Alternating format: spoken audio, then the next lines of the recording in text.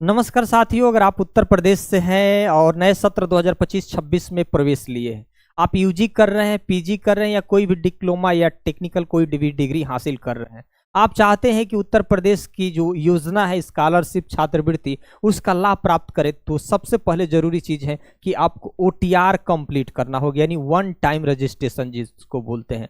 अगर आप पुराने स्टूडेंट हैं, पहले से आपने स्कॉलरशिप का फॉर्म भरा है, तो भी आपको ओटीआर कंप्लीट करना होगा रिन्यूअल के लिए, नवीनीकरण के लिए। नए स्टूडेंट हैं उनको भी तो ओटीआर कंप्लीट करना होगा। इसका मतलब ओटीआर का मतलब होता है वन टाइम रजिस्ट्रेशन जिसको बोलते हैं। जैसे आपका एक आधार ई-केवाईसी, यानी आपकी पहचान जेन्युइन हो, सच्चाई हो, जिसमें आधार कार्ड से जो मोबाइल नंबर लिंक हो उसको वेरीफाइड किया जाता है, आधार नंबर वेरीफाइड किया जाता है, आपके माता पिता का नाम वेरीफाइड किया जाता है, डीओबी वेरीफाइड किया जाता है। एक प्रकार का ये आधार की ई-केवाईसी है। लेकिन जरूरी चीज है कि इसमें अगर आप ओबीसी है, एससी है, एसटी है, तो उसके लिए सर्टिफिकेट आपका लेटेस्ट होना चाहिए। ठीक है। उसके बाद सारा डॉक्यूमेंट्स तो आप जानते हैं, हाई स्कूल इंटर, आधार कार्ड, फोटो वगैरह, सिग्नेचर वगैरह सारे डॉक्यूमेंट्स लगते हैं। लेकिन एक बड़ा इशू यह है कि बहुत सारे ऐसे अभ्यर्थी हैं जिन्होंने आय प्रमाण पत्र, जिसको इनकम सर्टिफिकेट बोलते हैं, वो बनवा लिए हैं। अपना अपना नहीं बनवाना है, अपने माता जी का बनवा लीजिए, अपने पिताजी का बनवा लीजिए।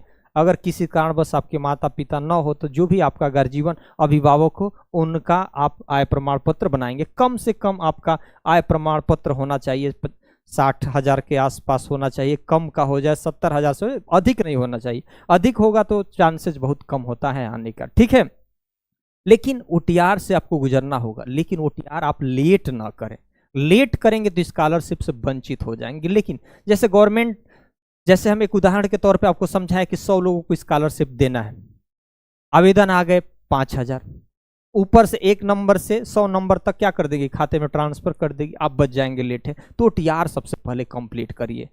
गवर्नमेंट की तो मानसा रहेगी कि सबको दिया जाए, लेकिन ज्यादा आवेदन हो जाएंगे, उनके पास फंड नहीं रहेगा, तो फिर बाद में करंट स्टेटस में आपका लिख दिया जाएगा कि फंड न होने की वजह से आपको स्कॉलरशिप नहीं दिया गया या अगली बार दिया जाएगा। ऐसा मसला आ ही जाता है। तो ओटीआर सबसे पहले कंप्लीट कर लीजिए। वन टाइम रजिस्ट्रेशन थोड़ी सी देख लेते हैं। इसमें दोनों लोगों को ओटीआर कंप्लीट करना होगा, जो फ्रेश स्टूडेंट है उनको भी और जो रिन्यूअल स्टूडेंट है उनको भी। और आय प्रमाण पत्र आप अपने माता पिता या अभिभावक को ही दे सकते हैं। और एक और बात, बहुत ही महत्वपूर्ण बात है, जैसे मान के चलिए कि आपके परिवार में एक ही मोबाइल है, एक मोबाइल फोन है, लेकिन कई लोगों का आधार कार्ड बना है और सब का आधार कार्ड जो है एक ही मोबाइल नंबर से लिंक है, तो ऐसा भी अब नहीं चलने वाला है। आप अपना आधार कार्ड जो है अपने मोबाइल नंबर से लिंक करवाइए। सब लोग, अगर एक फैमिली में 3-4 मेंबर है, सारे लोग स्कॉलरशिप के लिए एलिजिबल है, फॉर्म भर रहे हैं, तो अलग अलग मोबाइल नंबरों से आपका आधार कार्ड लिंक होना चाहिए। मैं पहले बता दे रहा हूँ। ठीक है। ये प्रोसेस है, नहीं तो आगे चल के आपको दिक्कत हो जाएगा। अभी चेंज करा लीजिए, अवसर है। इसमें यूपी स्कॉलरशिप पे आपको जाना है, ध्यान दीजिएगा। यूपी स्कॉलरशिप पे अगर जाना है, उसके बाद यहाँ पर UP scholarship government of Uttar Pradesh पे जाएंगे। उसके बाद यहाँ पे ध्यान दीजिएगा, इस तरह से स्लाइड खुलकर ओपन हो गई ना, यहाँ पे ध्यान दीजिए। यूपी छात्रवृत्ति एवं शुल्क प्रतिपूर्ति ऑनलाइन प्रणाली है, यहाँ पे आप ध्यान रखिए। यहाँ पे साफ शब्दों में यहाँ पर यह लिख दिया गया है, यहाँ पर लिख दिया गया है, दिख रहा है ना। यहाँ पर शैक्षणिक सत्र 2025-26 से उत्तर प्रदेश छात्रवृत्ति पोर्टल पर ओटीआर यानी वन टाइम रजिस्ट्रेशन अनिवार्य कर दिया गया है। पहले तो ओटीआर कंप्लीट कर लीजिए बहुत जल्दी, उसके बाद ही स्कॉलरशिप भरिएगा। कृपया सभी छात्र छात्राएं पहले ओटीआर वन टाइम रजिस्ट्रेशन करें, उसके पश्चात ही छात्रवृत्ति के लिए क्या करेंगे, आवेदन करेंगे। यार ये तो अपने मोबाइल फोन से भी आप ओटीआर कंप्लीट कर सकते हो, स्कॉलरशिप भी भर सकते हो। कहीं दिक्कत आती है तो जरूर बताना। अब यहाँ पे देखिए कितने लोगों ने अभी तक किया, कितने लोगों ने अभी तक किया। जैसे आप ध्यान दीजिएगा, यहाँ पे लिखा होता है ना, अगर अपने से करेंगे तो जैसे मान लीजिए यहाँ प्री मैट्रिक क्लास 9th-10th वाले अगर भरना होगा तो ये क्लिक करेंगे। यहाँ पे 11-12 वाले स्टूडेंट भरेंगे तो इसको क्लिक करेंगे। ये जो ग्रेजुएशन में चले गए वो स्टूडेंट यहाँ पर क्लिक करेंगे, स्कॉलरशिप भरेंगे। और जो अपने उत्तर प्रदेश से बाहरी स्टेट के जो स्टूडेंट हैं वो यहाँ पर क्लिक करके क्या करेंगे, स्कॉलरशिप का फॉर्म भरेंगे। अब यहाँ ध्यान दीजिए, अब यहाँ ध्यान दीजिए,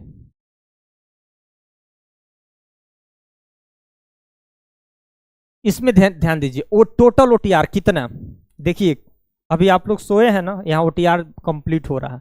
ओटीआर टोटल ओटीआर कितना कंप्लीट हो गया, 16,24,215, 16,24,215 ओटीआर कंप्लीट हो गया। अब फाइनल सबमिटेड कितना हो गया, 8,47,498। देखिए संख्या बढ़ रही है, देर मत करिए अब। और फॉरवर्डेड बाय इंस्टीट्यूशंस, यानी जो विभाग है फॉरवर्ड कर दिया संस्थान को, आपके महाविद्यालय, आपकी यूनिवर्सिटी या आपके जो भी इंस्टीट्यूशन संस्थान है उसको फॉरवर्ड कर दिया गया। ठीक है, ये सारी चीजें हैं।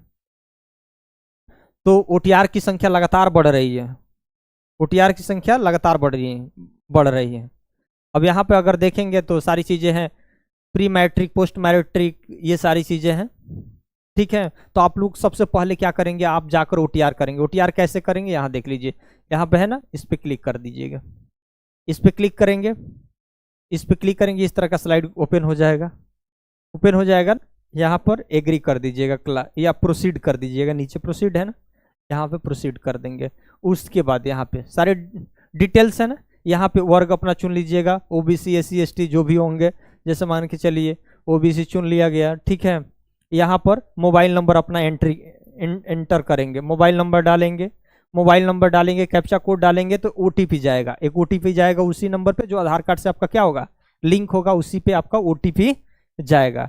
तो ये ओटीपी जाएगा, उसके बाद आपके माता पिता का नाम, आपका नाम, वो सारी चीज़ें डिटेल्स क्या करेंगे, फिल करेंगे। तो एक आपके पास एक आईडी मिल जाएगी, एक नंबर मिल जाएगा, जिसी को बोलते हैं क्या, ओटीआर नंबर। जब स्कॉलरशिप भर जाएंगे, जब स्कॉलरशिप भरेंगे तब क्या करेंगे, उस ओटीआर की क्या होगी, जरूरत होगी, उस ओटीआर की क्या होगी, जरूरत होगी। तो सबसे पहले हम ये आपसे उम्मीद करेंगे कि पहले आप क्या करेंगे, ओटीआर को कंप्लीट कर लीजिए।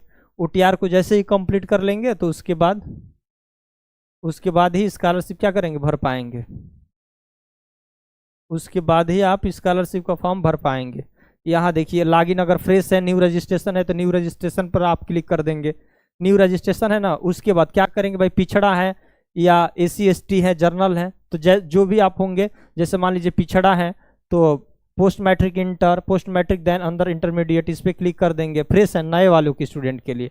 अब यहाँ देखिए, यही ओटीआर नंबर जो आपने जनरेट किए होंगे, जो मोबाइल नंबर, आधार कार्ड, वहाँ से आपको एक ओटीआर नंबर, वही नंबर यहाँ फिल करेंगे, सबमिट करेंगे ना, तो आपकी सारी प्रोसेस खुल जाएगी। अब वहाँ फिल करेंगे, नाम, डेट ऑफ बर्थ वगैरह, सारे डॉक्यूमेंट्स वगैरह अपलोड होगा, तो अंततः आपकी स्कॉलरशिप क्या हो जाएगी, फाइनल सबमिट हो जाएगी। तो पहले ओटीआर कंप्लीट करिए। दोस्तों, आप लोगों ने बहुत सारा मुझे प्यार देते हैं, क्योंकि इससे पहले मैं डिजी शक्ति पोर्टल के माध्यम से बहुत सारी ऐसे वीडियो बनाया, तो आप लोगों ने बहुत अधिक, आप लोगों ने उसको वॉच किए और बहुत सारे लोगों ने सब्सक्राइब भी किए। मैं उम्मीद करूंगा कि आप लोग मुझे सपोर्ट करें, लाइक करें। धन्यवाद।